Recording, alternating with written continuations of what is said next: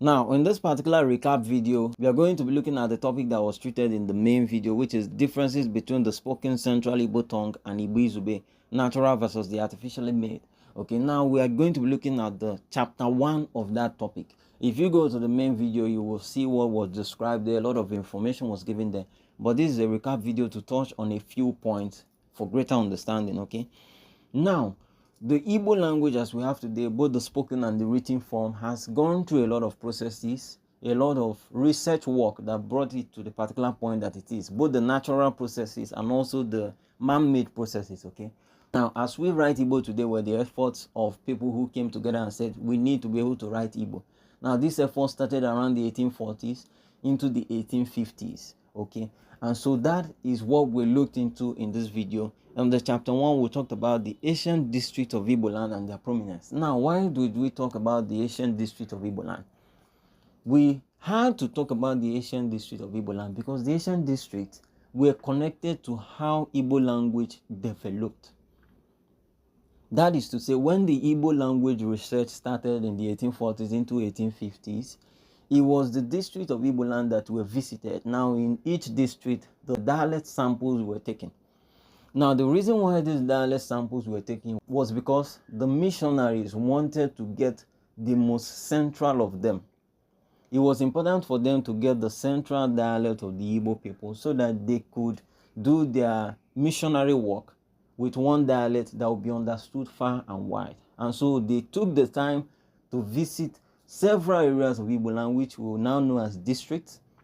They took the dialect samples there and they tried to use their understanding of language processes to pick which was the most central of all these dialects, okay?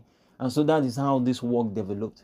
So part of the districts that were visited, a lot of districts were visited. We are not even sure how many districts used to be in Igboland as of then, but the ones that are connected to the development of Igbo language, every single one was touched in the major video, in the main video of this topic.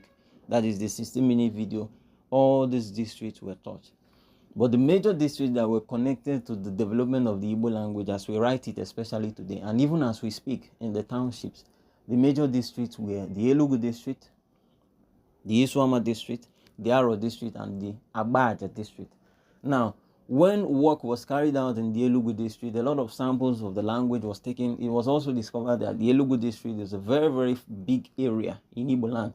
Now, the Enugu district today corresponds closer to most part of Anambra state today and stretching into Enugu state, okay? That was the Enugu district.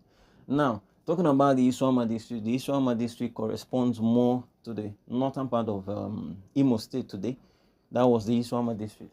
Now, talking about the Aro district used to be where you know as Arochukwu today, and the surrounding towns in that area. All these places were visited and the dialects of the people taken in trying to carry out an Igbo language research and development, okay?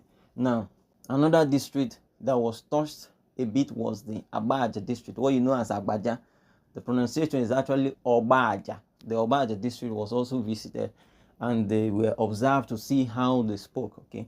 Now, in all of this district, as we mentioned earlier, the dialects were taken and it was these dialects that were compared with each other and it started to become clear which were more central than the others. So you are advised to actually go to the main video and see the other districts that were taught. There are several of them.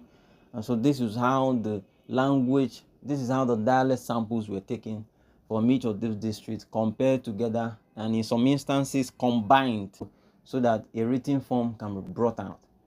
And this is how all these districts were visited and the dialects taken. These were the major districts that were worked on.